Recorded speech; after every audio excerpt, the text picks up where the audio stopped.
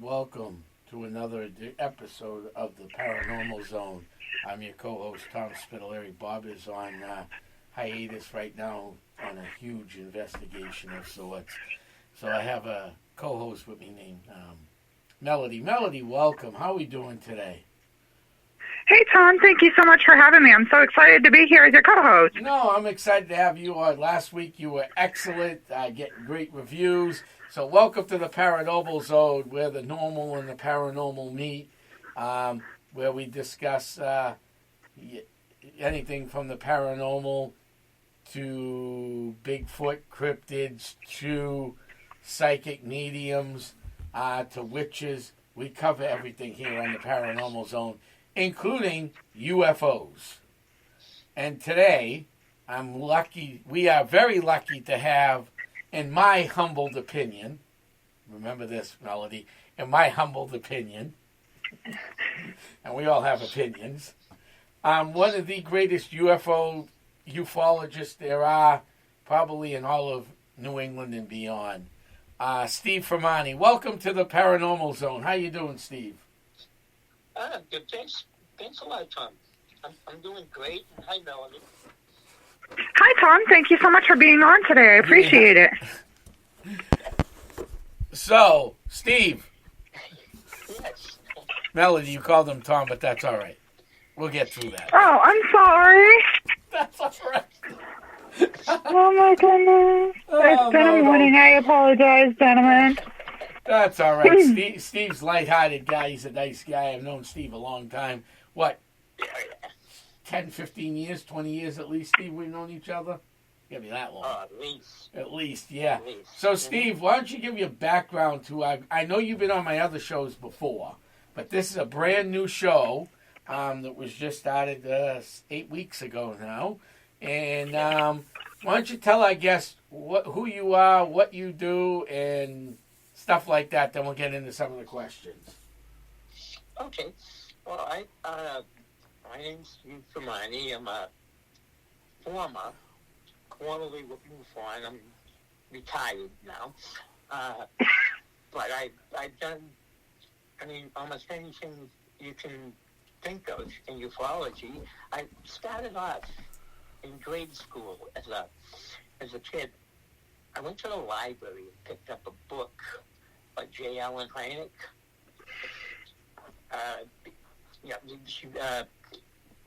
Hynek was actually in the Project Blue Book thing in the Air Force. He was skeptical about UFOs, and he's an astronomer, and unfortunately he actually didn't believe in all this stuff. So all of a sudden he started realizing that all these people weren't lying. And he started taking it more seriously, and then he came out with a book. And it was fantastic. It started talking about all the cases. And so I brought it to school one day. I was probably in the sixth grade. And I was brought it to school, and all of a sudden I started getting ridiculed by all the kids. Everybody was laughing at me. So at that point, I said, I got to look into this stuff more. And because I don't like the way people are being ridiculed just for talking about it. So that's pretty much how it began for me. So this was in grade school. That's a common thread. People with psychic abilities like Melody, you can attest to this. It started when you were young, according to what you told me. Yes, sir. My love for the paranormal and my incidents happened when we were young. And then, of course, being ridiculed is very common. People with psychic abilities get ridiculed in school. People with paranormal talks get ridiculed in school. Even today, even though you have you have the paranormal station on called the Travel Station now. You might as well just call that the Paranormal Zone or the Paranormal TV station because that's all they run all day. It's not even travel anymore. It's paranormal. But kids are still getting ridiculed, and if you believe in UFOs or you think you've seen a UFO, you're going to get ridiculed in school. So that ridicule actually helps. It's not nice, but it helps. It helped develop who we become. Because you took the ridicule, Kelly took everybody took. Melody took the ridicule. I took the ridicule. Turned it around and went, "Here's to the ridicule. We got to be nice, and we're gonna do it. We're gonna do what we want to do, and we're gonna educate ourselves on this and move forward." Exactly. And that's what everybody does. So at a young age, you started. So when was your first experience, Steve? I know you can't always tell the location because, like the paranormal and like psychic stuff we do, sometimes we have to keep client stuff private. We get that. I just want to put that out there to our listeners. But maybe you can tell us your age at least if you can't tell us the location or what happened. I'll leave that up to you, Steve. Okay, take it away, Steve. One of my first, as a MUFON investigator, one of my first cases was in, not Ware, it was in Ware, Massachusetts. And a woman was abducted, and after she came back, came back from the abduction experience, she was diagnosed with macular degeneration. Her eyesight went down the tubes, so to speak. And I had one of our investigators was actually into hypnotic regression. So we did regression. And it was a pretty straight-out story, you know. They have, she's got doctor's reports of a declining eyesight. It would never happen until after she returned from that abduction. A good thing that came out of that kind of expanded me so well that she got to know Betty Hill. Okay. Just so happened to be that following December, well, right after Christmas, Betty Hill always had would invite friends and family over her house for a post-holiday dinner. As luck would have it, I was invited. Oh, nice. Yeah, and the thing I can remember about it most was I came in to the house, I met Betty, she was out in the kitchen cooking, and she grabs me and says, "Hey, you want to talk about UFOs? Come over and help me." So we're talking about UFOs, and I was in the kitchen peeling potatoes for Betty Hill. Not more than 10 years after I met her. Hey, when you have a big party like that, everybody's got to pitch in and help with the cooking. You can't rely on one person. Absolutely. Betty, at that time, God rest his soul, Bonnie had already passed, so I never got a chance to meet Bonnie. So, but it was a wonderful experience. But that was like one of my, first cases. Now, have you ever seen a flying saucer or a UFO or a UAB, whatever they want to call them today? I will always refer them as UFOs, not UABs. Yeah, I've seen a lot of lights in the sky at night. Some I could explain, some I couldn't. But we never had anything, crystal clear that I could see it and call it some type of craft or something like that. Okay. Melody, do you have any questions for Steve? So, Steve, you were mentioning early on when you were first telling your story, you talked about a book that somebody had written. Do you remember the name of that book for our guests? Yeah, J. Allen Hynek. I think it's called J.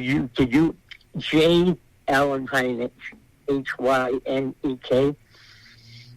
They called him the father of modern ufology. Because after he left Project Blue Book, he started to set up the UFO studies. And I think his book's name, the name of it was The UFO Experience. And it was awesome. Thank you. It's really what got me going. Now, you brought up an interesting point, Steve. The original was called Project Blue Book. Now, a few years ago, I never got into the series because I'm always busy. I don't have time to watch TV. There was a TV show called Project. It was either TV or a streaming station that had it on. I can't remember. But it was called Project Blue Book. Did you ever watch that? I did. And that was more like a TV series sort of thing. At the time that I actually got interested in Hynek was after he had left Project Blue Book. He was actually one of the bigwigs at Air Force Project Blue Book. So he did. So is that TV series based on that book, or no? The book is based on the actual, when he used the stuff at UFOs, he kind of came back and said and changed his mind. And that's what the book was about, different cases that he's investigated, and he started thinking that, there is something to this. I mean, when he was with Blue Book, he called one case swamp gas. Okay. And he took that back later on. Yeah, so, I mean, I had an opportunity, and this was a sad thing for me. There was a conference going on in Massachusetts, and Hynek was supposed to speak. And we arranged sitting down and interviewing him for publication. I got there, I met him, shook his hand before the conference started, and then he went back into the room, and he was sitting up on stage. Then, no more than a half hour later, Hynek was just came up with something, just wasn't feeling good. Yeah. He wasn't able to speak. Wow. And shortly after that, he passed away. Oh, that's sad. Oh, no. Yes. I mean, that guy's the father of modern ufology. And this is before they called it ufology. Right. I mean, it was really sad. Right. To continue on that note, Steve, over the last few years, the field as a paranormal, especially the ufology field, has really taken a step back. I mean, it's really sad. We've lost a lot of the good people. They passed on. What's his name from Exeter? He had his own observatory. He passed away a couple of years ago. What was his name? He had done a lot. You mean from Exeter, one of the speakers or one of the organizers? Yeah, I think he was he had his own, maybe he lived in Maine. I know he had his own, what do you call it, observatory. Oh, you mean Dean Merchant? Is it Dean? Was it Dean? Dean Merchant. Yeah, didn't he pass away? I'm not sure, because I didn't hear about it. It's possible. It wasn't Dean, heavy-set guy. Yeah. Heavy-set guy. I can't think of his name. He was friends with another friend of mine, but...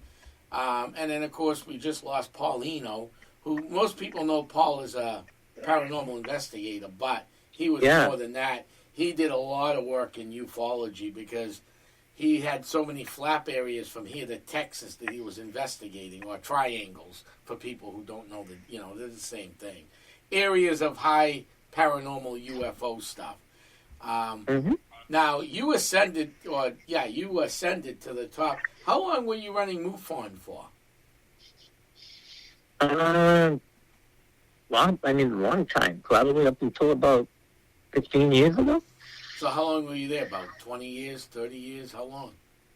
I was there over probably 40 years. Oh, wow. Okay, so 40 years and countless number of cases, I'm assuming, through the years. Well, what I did was, I was, at the time I was Massachusetts State Director, and I was looking through things, looking through New England, and I was noticing if the other 5 New England states had no state directors. Right. So I was thinking, so I started talking to the then international director, Jim Carrion, and we came up with an idea, and that's how New England MUFON came about. Wow. And it was my idea. Right. Wow, look at that.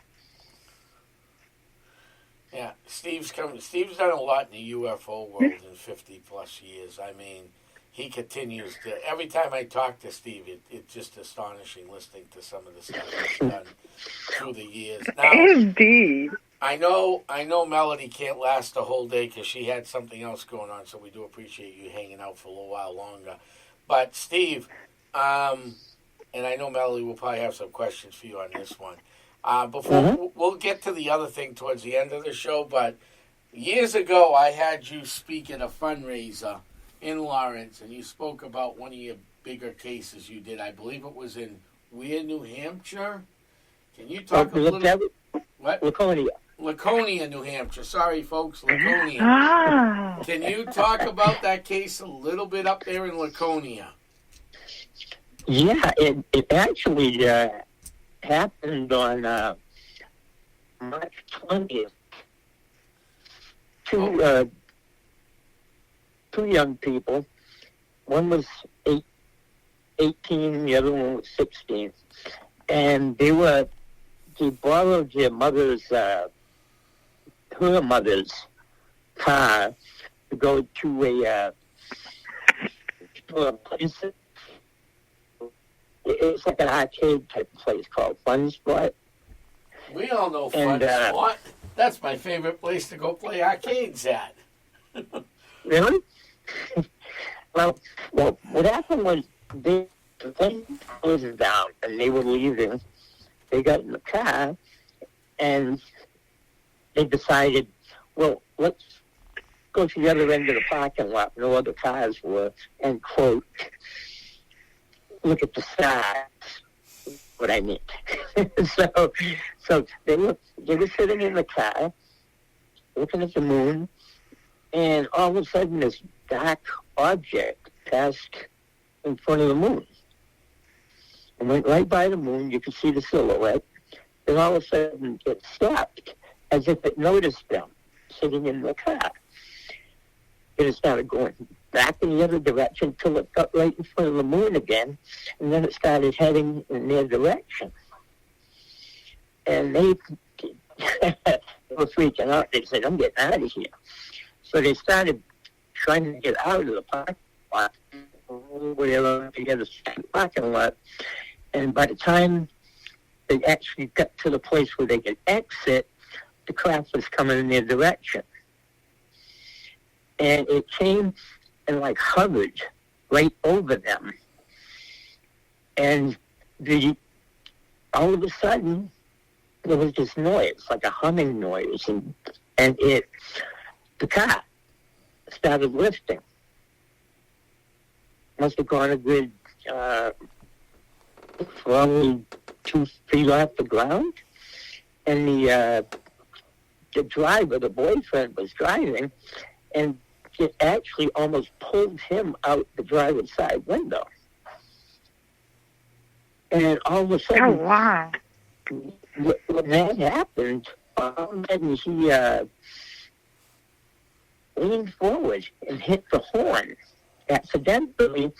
And I don't know whether it startled this thing or the beings that were inside of it, but it released the car and it came crashing down to the ground.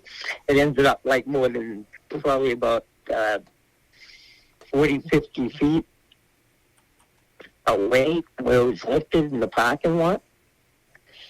And when that happened, they got out of there and they went home, told her mother about it, and they called the police.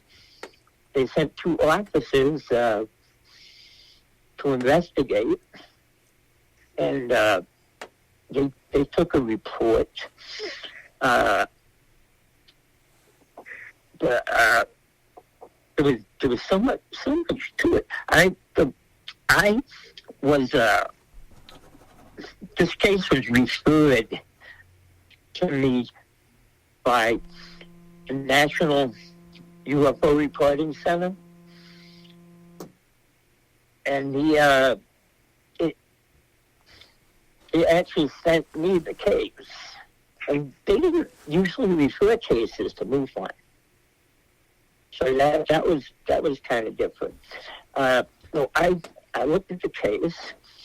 I put together a team of 2 other people and myself.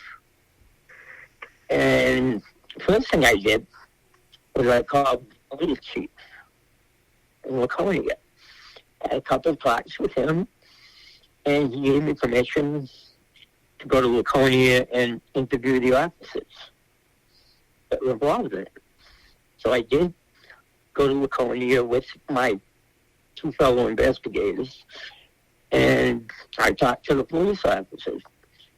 And they didn't, they told the same story as the kids, but they didn't seem to buy it so much,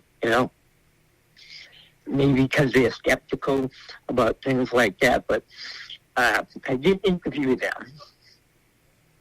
And after I interviewed the police officers, I took my team and we went to the site where it happened, where I was able to take photographs of where the car hit the ground. There's those separators in parking lots. It's like a hump, and that's where the car landed. And so I went there, took pictures, and you could see the indentations where the car was dropped. So I took photographs, and I got when I was talking to the police, they gave me the name of the body shop that the car was sent to. So I called the guy at the shop, and he heard about the case. He was all enthused about it. So I made a good friend there. So I went to the body shop and talked to him about it. And he was just starting to, work on the car. And I said, he told me what had to be replaced, the undercarriage on the vehicle. And I said, could you do me a favor? He said, can you get those parts? And I said, you're pulling out your old ones, right? Putting some new ones in? He said, yeah. So he took the things and loaded them up in the trunk of my car. So I had the spot where the car landed, and I had the damaged undercarriage of the car. I took the undercarriage, brought it back to the parking lot, and matched things up. Everything matched up perfectly. The dents and scratches in the undercarriage, everything just matched up perfectly. So something had to have happened in that parking lot. And it, I went back and forth. I probably spent about a week driving back and forth every day from London to Laconia. And, but it was a very, very interesting case. I mean, having that kind of physical evidence, I I'll remember that kick as long as I live. Wow. Now, Melody, I know you got to get going soon because you're on a special case today yourself. Do you have any questions for Steve? So I do. Do you find that most of the cases that we can get or information out of, do you find that they happen here in the Northeast, or do you find that you find a lot of activity where ley lines are? I really don't. I actually do on-site investigations. I really don't do it by location because that's not my field. I've heard about ley lines and that, but even during the time period, I did research during the time period that this happened, if there were any other cases in that area. And I see that. I'm doing the research as you're talking to me. Yeah, there may have been some minor light in the sky, things going on, but nothing that would convince me that there was anything connected to that. There might have been something else going on, but nothing connected to that case as far as I can tell. So I love that you're talking about this case because I actually have the article pulled up here online, and it says that the cops were trying to debunk it by a couple of kids playing kissy face, and then they rolled over a curb, potentially while texting. So I see the article here, so I love that you're talking about the fact that you went to the auto body shop and you did all the comparisons. Did you find it was indeed a curve, or was it just like a hump in the road? Oh no! This was the parking lot. It was the separators in the parking lot. It was asphalt about 3 inches tall. They rounded off asphalt that separate different parts of parking lots. They're pretty solid tar, and you can't drive over these things. That's why they're there, so you don't go from another part of the parking lot to another one. So it's pretty much something, to block ways of getting in or getting out of the parking lot. So this car landed, the undercarriage landed on these asphalt things, and it did pretty good damage, probably a good inch and a half dent where each part of the undercarriage hit. And there was further up because what happened, when that happened, they took off as fast as they could. And when we got to the scene, I noticed that further up where we saw the damage in the asphalt, where they drove off, it dragged parts of the asphalt, and there was asphalt on the on the other side of the parking lot too. But they dragged with them on their way out. Wow. Not only that, Melody, those things are very heavy. Those, when you're in a parking lot, you see those yellow things that are banged into the ground. They're raised. That's what we're talking about. Right. Those are not easy. You just don't drive over those if you were, quote, and I'll use what you said out of the article in the newspaper, kissy face. Mm-hmm. If you're kissy face, you may drive over that, but it's not gonna damage the undercarriage like something got dropped on your undercarriage. The undercarriage got dropped on it. In fact, you could probably drive over them and drive out. You have some damage under there, but the car's still drivable. This car wasn't even drivable. Yeah, and that's why I love that we've got all this information. Right, and this happens all the time. I got a call to a local cemetery. I can't say where because I'm still figuring this mess out. It's in a very haunted section of this town. It wasn't UFO related, but this young couple decided, according to the police report, go into the cemetery at night to go look for some relatives. Okay? Mm-hmm. Well, along the way, something scratched the hood of their car, lifted up on the car. It was a short creature with pointy ears and very sharp things on their claws. It scratched up the car real well. This was not stick scratching. I know what stick scratching is. It's an open investigation for Essex County right now. That's why I can't talk mostly about it. But they accuse these kids of other things. They got caught. Yeah. Well, maybe they were doing some other things. We really don't know what they were doing. It's none of our business. But the facts of the matter is they weren't kissy-facing up there at Fun Spot because the damage to the car, you've investigated that, and scratches on the car that look like fangs aren't going to happen from kissy-facing in the car. We'll just keep using the word kissy. The local police department didn't use the word kissy-facing, but we'll just call it what the other people called it.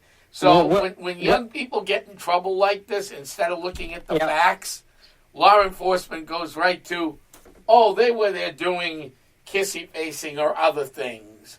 Not necessarily. Right. They could have been there actually looking for something. They could have been there for the family gravesite.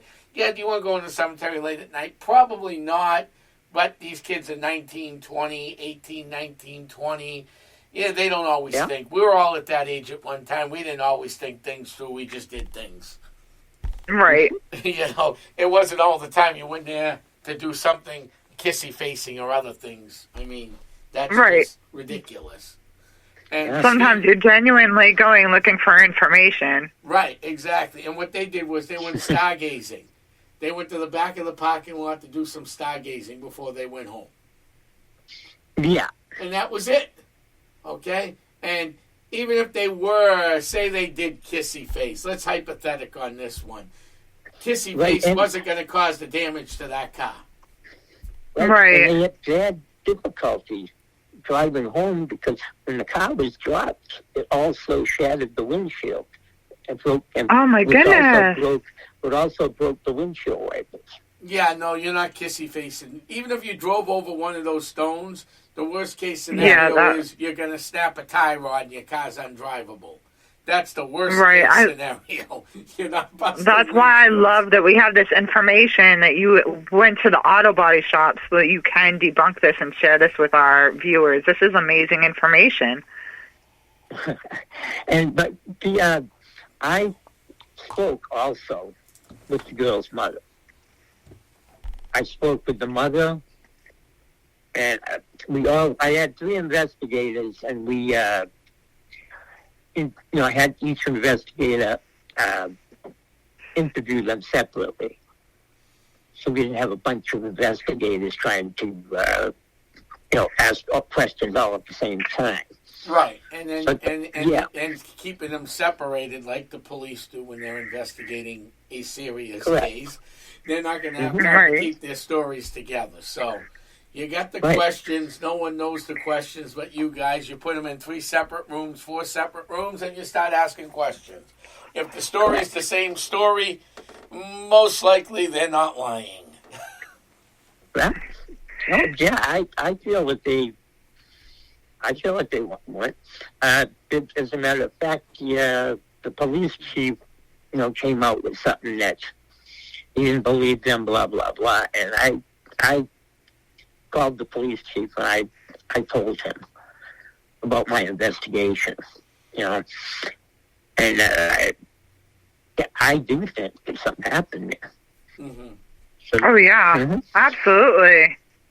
Yeah. I know. I'm reading how one of the teenagers said his body went rigid, and it was like his eyes went black, and he had no control over his body. I have had a similar experience when sleeping, so I can't prove that it wasn't a dream, but I can absolutely relate with what these kids went through. Right. If they were kissing and they weren't dreaming. That's for sure. Right.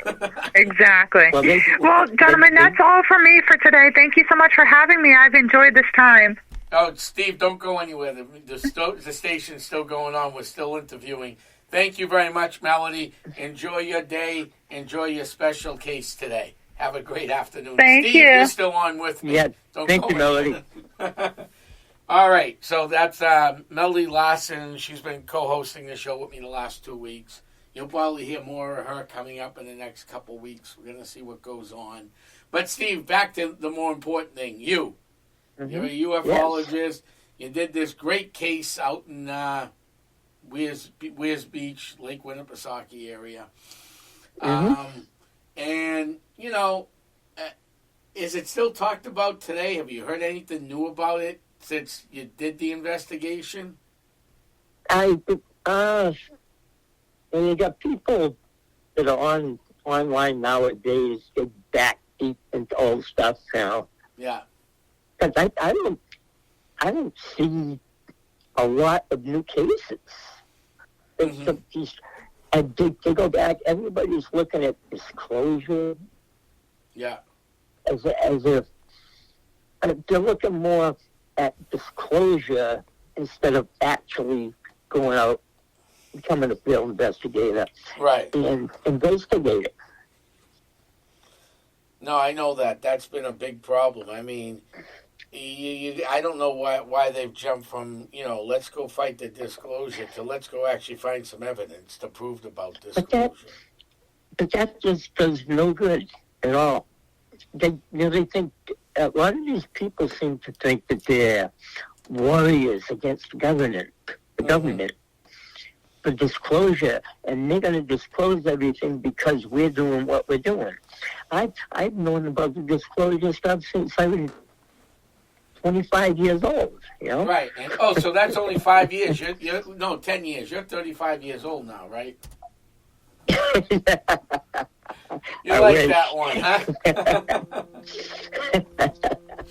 Hold on a minute. I got weird things going on here. Okay, there we go. It stopped. Thank God. All right. Thank God that stopped. Okay, that's weird. That's the second time that's happened. That high 10 thing. I don't know what's going on here. It's a paranormal show. It's a paranormal show with a ufologist on, and we don't know what those, what the Greys, the reptilians, and all of them are thinking right now. That's for sure. They're observing us. They're observing us, exactly. So, what do you think about, now you've actually investigated many UFO cases, obviously, through the years. We talked about the big one that's kind of local to us. It's New England, and that's where we're based out of the show. But we're worldwide connected through the web now. So we have all these cases. Now, we have the famous cases, the Benny and Bonnie Hill case that's actually got a New Hampshire historical marker. This probably should have a New Hampshire historical marker on it, too. And then you have these other things where it's a common thread. I mean, and I don't think these kids are lying, okay? Let's go. I know you're in the ufology. I'm just going to drop back one quick second to lean into something else. So I told you about the case that's an open case in the town that I'm working in right now about the scratches on the hood of the car and this, that, and the other thing, what they saw. Then, of course, you got back in, the 1970s, you got the Dover Demon case where everybody thought it was a group of kids that were kissy-facing for better. We'll keep it PG-13 here. Kissy-facing, and it had nothing to do with kissy-facing either. Another thing, it's real easy when you got young couples out late at night somewhere off the side of the road going, they must have been doing something wrong, because that's the easier thing to come up with. But we can't prove anything. We're just going to put it out there. So the Dover Demon, the thing in the other case that's an open investigation right now, in your case, it's easy to explain that away with kissy-facing, And I don't understand why they do this, because all these things have things in common, okay? Even when you see Bigfoot, some of the reports will be, these kids were in this state park late at night looking at the stars supposedly. Well, whether they were looking at the stars supposedly or kissy-facing, it doesn't matter. If they saw a Bigfoot shake the car, a Bigfoot probably shook the car. It doesn't matter what they were doing beforehand. That's the problem here. Everybody's looking for a way out. And what I want to segue this into, because we still got plenty of time, Steve, and then I want to get into that last question that you had, but I want to segue into this. So now our government is calling these things UABs, which I'm only using this terminology because they're using it. When I speak to my friends in the UFO field, it'll always be UFOs, not UABs. I think it's ridiculous. But a couple of years ago, the government released reports of sightings that they have confirmed. Now, when those reports first came out, I had on Mike Stevens on my TV show, okay, in LCAT called the Paranormal News Hour, and we discussed this thing thoroughly. And you know Mike Stevens. Mike helps people with. Mike doesn't investigate them. He actually goes in after the investigation and helps people with their. It's more of a support group, but nonetheless, there was only 160 cases confirmed since the 1960s. There's over 160 cases in Rockingham County a year, never mind since 1960. Okay? And Essex County, you add that into it, now you're looking at probably close to 1,000 cases a year. I mean, so what I was hoping, and I'm going to let you speak on this, Steve. What I was hoping, you got the Betty and Bonnie Hill case, and then we had your big case, and there's other cases out there. There's one in Western Mass. They got a UFO park named after them. I know Mike Stevens was kind of involved in that. It was a sighting in Western Mass. I think out there, Greenfield, there's a park. But I was hoping that those reports would say, okay, on this date, this happened at Weirs Beach. So anything around this date, were there sightings before or after? Benny and Bonnie Hill, on this date, this happened. But were there anything weird happening days leading up to the Betty and Bonnie Hill and after in that same area? We got no conclusion on that. So, with that, I'm asking you this question. Do you believe that report is accurate, or do you think they're on purposely leaving things out? I believe it's quite accurate. Okay. I mean, with the things that they went through for so many years, all the hypnosis, and both Betty and Bonnie were hypnotized separately and came up with the exact same story. No, I'm not talking about the Benny and Bonnie Hill case per se. Oh. I'm talking about, I forgot the date Benny and Bonnie Hill. I don't have my computer up, and I don't want to play around with this system at all. The date, so you had, say Betty and Bonnie Hill was abducted on a Wednesday, okay? Were there any I was hoping the UAB report that came out by our government a couple years ago, okay, had that in there, but say Saturday to the Tuesday and Thursday to the following Sunday, were there any other reports of UFOs in the area? That's what I was hoping to get out of that report. Yeah. I think the only reason that they came out with that report was because they were being pressured so much for disclosure. So they just threw something together, to hold the naysayers at bay for government, That's been going on for an awful long time. Right. So this report is just a small. So it would be safe to say that this report that came out that originally had 160 sightings, then they upped it a few hundred more in the last year or so. I forgot what the up was. They upped it again, but is not the full report of all the sightings that have taken place. That would be safe to say. Oh, of course, that's not even close to be, to have them. I mean, even Blue Book. Right. Has had a ton of things that I bet you they didn't study and put any of that information into that report, government report. All right, Steve. So the next thing we want to discuss is, where is ufology going, or UFO research? What's happening to it? It's disappointing because I don't even recognize half the people who are, claiming to be an expert in this, an expert in that. A lot of them are psychic mediums, spiritualists. And what they do is they go on there and they take they see the photograph, and they say, this photograph is proof. Look, there's a photograph. Yeah, but it's just a blurred, tiny white thing. But they're claiming it's a craft. Right. And that the evidence they're claiming isn't there. Mm-hmm. I mean, just because they see something in the sky, they don't know what it is, doesn't mean it's a spacecraft or a UFO. Well, it could be a UFO because they don't know what it is. Right. That's basically what a UFO is. Mm-hmm. A UFO, according to science, and according to J. Allen Hynek, a UFO is something that after close scrutiny and investigation, you can't find an explanation, a rational explanation for it. Right. Then it would be classified as a UFO. There's no classification for spaceship. Right. You know, either we know what it is or we don't know what it is. Correct. And, because we have no proof that it's one thing or another. Right. Now, years ago, I was out on my way just to cruise up the coast, okay? Yeah. It wasn't even an investigation, Steve. This was just three of us going for a ride up the coast, okay?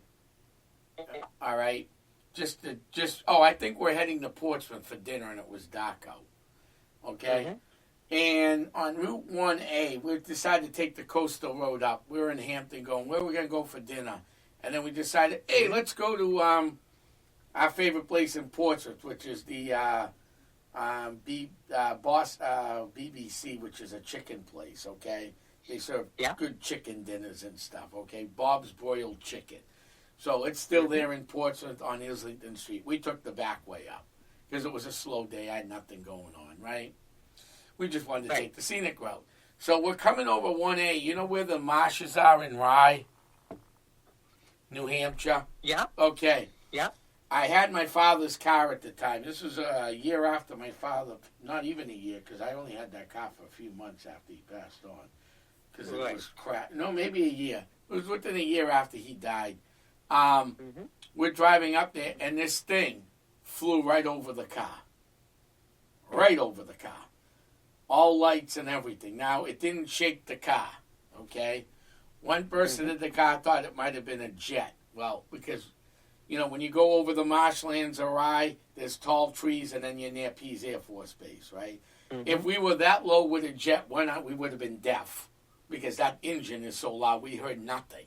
I only saw the lights. You know it. You know it. And probably would flip the car, too, because this thing, if I had a sunroof, I could stand up and actually touch it. That's how low it was over the car. Okay, and you know me, Steve, I'm only 5'6", so, you know, I'm in a Ford. It was a Ford car. It wasn't even an SUV. It was a regular car, 3 inches. So what would that make me? Close to 6 feet tall if I stood on the seat and stuck my hand out the sunroof, max? You know what I'm saying? I mean, yeah. The thing went over the trees and then disappeared. It went down. Now, if that thing had crashed, we would have felt that for sure. Because it was only a mile up the road, not even.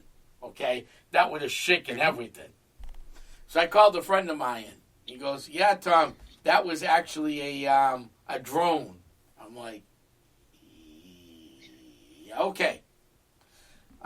He goes, no, the official report from Pease, it's a drone. I go, got it. But, what kind comes to my mind with a description like that? Yeah. Is when someone says it's just comes right over and it crashes, but you didn't hear anything, you didn't see where it crashed, or anything like that. That would point me towards an astronomical object, like a fireball meteor, or something like that. Because when something like that happens with a fireball meteor, you don't see it crash because it's so high up out of the atmosphere, it doesn't actually crash. It just goes by the earth. Right, but it looks like it's going down. Right, but these were all different colored lights underneath it. This wasn't one light. This had green, yellow, and blue lights. Yeah. and then it went over the tree line and disappeared. If it had crashed, you would have heard it. Yeah. I mean, it's interesting. So, you take those type of reports, and then you listen to it today, and people are still on this disclosure thing instead of investigating. And the ufology has gone to a whole different, it's changed. I mean, you talked about it. It's becoming more, it's a touchy subject to touch on, but you mentioned it to me off the air. It seems becoming more like religious. Is that the right word to use, you think? Spiritual. All right, spiritual. So, because it's becoming more spiritual, what do you think's happening from the time you started in the UFO field to now? What are the positives and the negatives of becoming spiritual? Well, if somebody is spiritual, that's fine. Right. They have the right. They have every right to want be. It. Yes. But spirituality, what it's doing is taking everything and making it a UFO. And they're spiritual, and they know the beings, and they know all this stuff. It takes the scientific part out of it. There's no physical scientific explanation. It's just their saying. It's their claim. Right. It's something possibly that's, I don't know. When they say spiritual, they say it's like religious or it's like psychic. And what they're saying is, we don't care what you think it is. This is what they think it is. And they get to be so brainwashed, for lack of a better word, by a lot of this stuff. It just ruins. I don't know of any people who actually are investigators and are going out investigating sightings. All you're doing is they're looking up stuff online. Right. There's no more physical investigation like you going up to these hundreds of locations that you probably investigated when you were at MUFON. Yeah, correct. And they don't have any training in things like astronomy, aircraft identification, all of that kind of stuff I've learned, since I started at MUFON. Photo analysis. Mcdermott was the photo analyst for MUFON. Right. And I learned a lot about that through him. Right, and that is a real interesting, photo analysis, even in the paranormal, even in cryptozoology. I mean, that's probably the most important thing to learn is, let's look at that photograph with an open mind. Yeah, you took the photograph, but let's look at this. What else could have caused this? Is there anything else that could have caused this? And if you come to the answer yes, then you got to figure it out. If you come to the answer no, then you got to figure out what could have caused this. Okay, we know it wasn't the camera flash. We know it wasn't a finger in the wrong area of the camera to cause that shadow. We know it's not pixelation when you're trying to take a picture of something in the sky, especially at night, and you get all that pixelation. So what is this? Right. What is the next step? And that's when you figure out, is it a cryptid, is it a ghost, or is it a UFO in your case? And we don't have any more of that critical analyzation anymore. And it's not just in the paranormal. It's everywhere. Critical thinking skills are dying with each generation. Correct. You just separate one thing from the other. They're all different aspects of the paranormal can happen. Paranormal, UFOs, cryptids, things like that.